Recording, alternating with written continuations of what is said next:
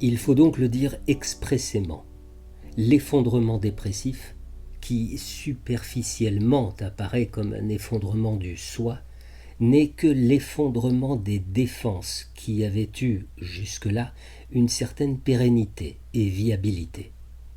Le psychanalyste travaille par excellence à partir de la dépression et ne se hâte pas de la chasser. Le patient travaille à partir d'un état de terreur auquel tout l'enjeu est de s'efforcer de donner, cette fois, une issue différente.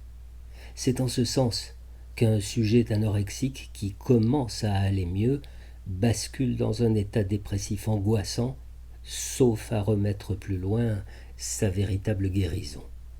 Cette situation est retorse, puisque analystes et patients doivent contenir aussi bien le risque suicidaire élevé qui est lié à l'angoisse de l'état de désorganisation au moment où le cœur du travail se fait, et celui qui sera lié plus tard et une fois la cure significativement avancée à la prise de conscience du patient de l'étendue de l'existence antérieure qui l'aura mené dans un état de mort-vivant, déconnecté non seulement de son expérience, mais également d'autant de parties de lui-même qui avaient été enterrées.